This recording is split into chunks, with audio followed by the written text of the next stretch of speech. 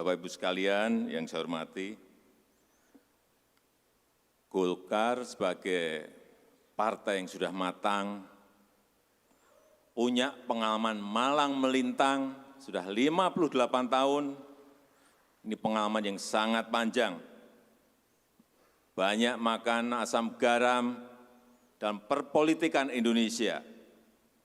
Oleh sebab itu, saya yakin Golkar akan dengan cermat, akan dengan teliti, akan dengan hati-hati, tidak sembrono dalam mendeklarasikan calon presiden dan wakil presiden 2024. Meskipun tadi saya lihat sudah teriak semua Pak Erlangga Hartarto. Dan saya juga meyakini bahwa yang akan dipilih oleh Partai Golkar, capres maupun cawapres, ini adalah tokoh-tokoh yang benar. Silakan terjemahkan sendiri. Batur dari perasaan Anda sendiri. Batur. Kalau batur bagi rakyat itu meaningful dalam diskursus demokrasi. Tapi kalau batur bagi ambisi-ambisi kita sendiri, dan kemudian nanti akan menjerit-jerit sesudah SBY dipilih tempo hari dalam term pertama itu. Hujan masalah, hujan gelombang, hujan bencana alam. Yang pertama belum memerintah sudah ada tsunami Aceh dan sebagainya. Lalu disebutlah namanya New Donyowo. Itu seluruhnya tanda, seluruhnya ekspresi kejengkelan, frustrasi, penyesalan telah memilih dia. Penyesalan. Itu wabil khusus kaum ibu itu. Oh, kamu ibu itu senang dengan orang yang gagah, dengan yang ganteng. Pemimpin itu bukan begitu. Pemimpin sejati itu yang murahan. Huraan. Dan ngomongnya itu yang membentak-bentak Bang Ali, Bung Karno. Bang Ali, Bung Karno itu memang lemah lembut, kagak. Saudara-saudara, ganyang Malaysia. Memang gini, saudara-saudara mohon kalau kiranya berkenan di hati, sudilah mengganyang Tengku Abdurrahman. Boneka Malaysia, boneka Inggris. Apa begini? Tidak bisa. Ali Sadikin bilang apa? Ali Murtopo, kau Ali miskin jelek, tidak gablek nyit. Ini Ali yang kaya. Bisa bikin tim yang begitu, kau tidak punya, enggak gablek duit. Dan betul toh, Ali begitu. Tapi dia terlalu menggebu-gebu melawan Pak Harto, itu enggak kena. Dalilnya enggak kena. Enggak pernah nanya saya, padahal dia. Saya sekolah di UI itu karena beasiswa Bang Ali. Dan saya laporkan, saya pulang dari Monas ketemu Bang, saya dulu masuk UI karena Bang. Oh iya, ya iyalah, zaman namanya bintang pelajar dulu, saya laporkan. Tapi abang terlalu keras pada Pak Harto. Harus lembut lagi gitu. Bukan, harus lebih keras. Harus lebih keras dari yang terlalu keras ini, tetapi caranya yang lembut, karena Pak Harto itu kresna. Anda kok jadi baladewa, enggak kena. Anda harus jadi sadewa. Kalau enggak percaya, takono orang yang tahu. Tapi dia enggak percaya kan? Dia enggak percaya dan tetap kalah. Tapi yang ingin kita katakan, pemimpin itu bukan orang yang Bung Karno ganyang Malaysia. Wow, jelas. Hei, para pemuda, sukarelawan-sukarelawati. Kalau kalian tidak mau berangkat ke Irian, aku akan di garis depan. Hei, ini dadaku, mana dadamu? Nyuwun sewu, enggak ada itu. Kalau pemimpin kayak Anies, cengar-cengir, enggak lah.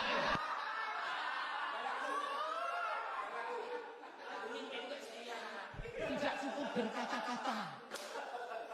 Filosofi. Tanya filosofi apa? Memang tahu filosofi.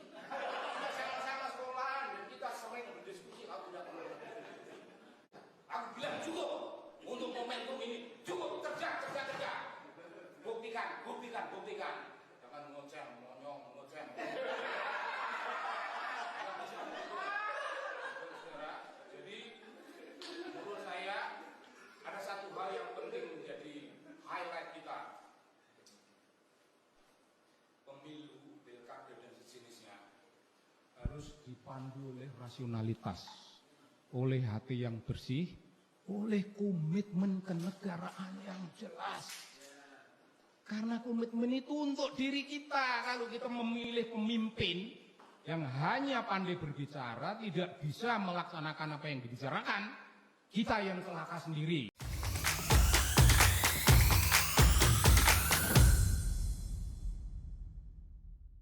Sambutan Presiden Jokowi dalam merayakan hari ulang tahun Golkar baru-baru ini penuh dengan taksir dan banyak komentar mengenai sindiran Jokowi agar dalam memilih pemimpin harus hati-hati, cermat, dan tidak keburu-buru. Lantas banyak orang menaksirkan ini sebagai sebuah simbol bahwa Presiden Jokowi menginginkan ketika memilih seorang pemimpin harus membaca tanda-tanda zaman, membaca realitas kekinian, tetapi juga jangan terburu-buru karena Indonesia negara yang luas yang terdiri dari 715 suku bangsa dan ratusan bahasa, ratusan agama, etnis, dan itu membutuhkan pemimpin yang mampu memiliki hatinya untuk rakyatnya. Bagaimana kita melihat isi pidato itu? Dalam teori komunikasi ada yang disebut simbolik. Simbolik itu adalah relasi, meaning. Apa yang dibalik kata-kata itu tidak mungkin bisa kita ungkap kalau kita hanya melihat teks. Maka kita dibantu oleh Pak Andik. Dalam teori-teori komunikasi, Pak Andik terkenal mampu membongkar ideologi yang tersembunyi. Tidak hanya melihat teks, tapi melihat koneksi sosial dan melihat konteksnya. Teksnya dengan jelas mengatakan, kalau mencari pemimpin, hati-hati, teliti, jangan sembrono, dan hati-hati. Kalau hanya melihat teks itu biasa. Tetapi kalau kita melihat konstruksi dalam koneksi sosial, berarti kita melihat apa yang diinginkan oleh Presiden. Presiden menginginkan mencari pemimpin itu tidaklah pemimpin sembarangan, tetapi pemimpin yang mampu mengantar Indonesia kepada pintu gerbang kemerdekaan sejati dan mampu menjawab tantangan zamannya. Maka harus dilihat konteks sosialnya. Apa konteks sosialnya? Situasi dunia yang tidak ramah. Dunia yang dalam situasi krisis global. Krisis pangan, krisis ekonomi, dan krisis finansial.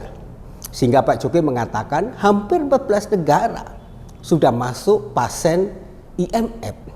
Apa yang dikatakan oleh Pak Jokowi dalam konteks sosialnya adalah situasi ekonomi yang tak menentu, situasi ekonomi yang begitu sulit, dan situasi yang sulit itu ditambah dengan ketegangan Rusia, Ukraina, juga persoalan-persoalan di Asia di mana ketegangan Cina, Taiwan, tapi juga di belahan dunia lain kita menghadapi situasi kekuatan dominasi penguasa minyak itu sehingga mereka bisa mengatur sebuah harga minyak itu sehingga mempengaruhi kesejahteraan bagi seluruh warga dunia ini.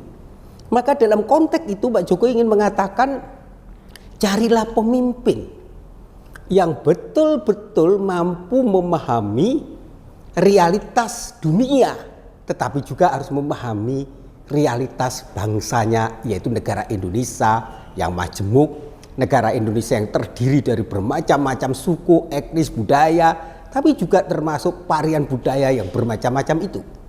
Maka dicarilah pemimpin yang memiliki arate. Apa itu arate?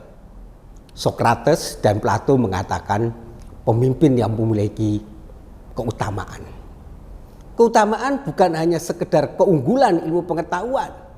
Keutamaan bukan sekedar dia tahu baik dan buruk. Keutamaan bukan sekedar dia mampu mengolah pemerintah secara bijaksana. Tetapi pemimpin yang memiliki arate adalah pemimpin yang mampu memandu bangsa ke depan, yang memiliki visioner seperti Soekarno-Hatta, tetapi yang mampu terwujud dalam praktek mengaplikasikan ideologi bangsa menuju bonum communio. Maka dalam konteks ini tidak mudah mencari pemimpin. Pemimpin tidak sekedar transaksional. Pemimpin tidak hanya sekedar popularitas. Pemimpin tidak hanya sekedar dia terkenal dengan media sosialnya.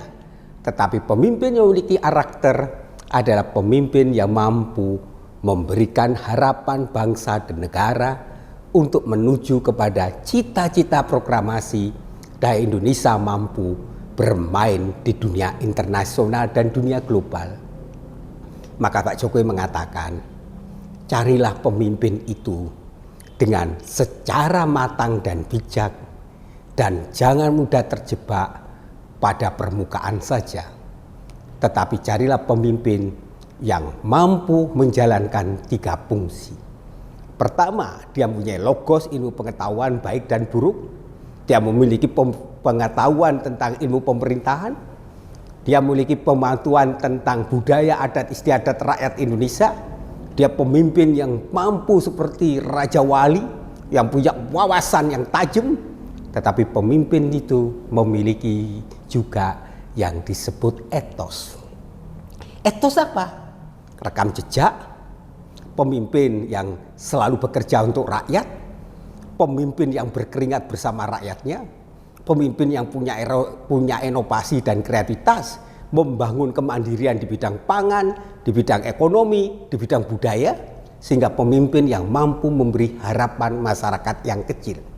Maka etos adalah pemimpin yang bekerja bahu-membahu dengan rakyatnya, tetapi pemimpin punya patos, yang tidak mengambil jarak dengan rakyat, yang dekat dengan rakyat, yang melayani rakyat, dan pemimpin yang punya etos itu harus dikombinasikan dengan patos. Patos berarti pemimpin yang terlibat dalam perjuangan denyut nadi bersama rakyat. Maka pidato Presiden Jokowi kepada para pemimpin partai politik dalam penutupan hari ulang tahun Golkar memberi signal kepada kita bahwa Presiden mengatakan, jangan sembrono, jangan pula mudah geeran, tapi cara mencari pemimpin harus lebih bijak dan matang dan perlu dipikirkan. Maka dalam teori simbolik selalu simbol itu punya arti terdalam. Dan arti terdalam oleh Pak Jokowi yang dikatakan pemimpin yang mampu untuk membaca realitas tanda-tanda zaman, tetapi juga mampu meneruskan apa yang sudah dia lakukan. Maka carilah pemimpin yang punya arate.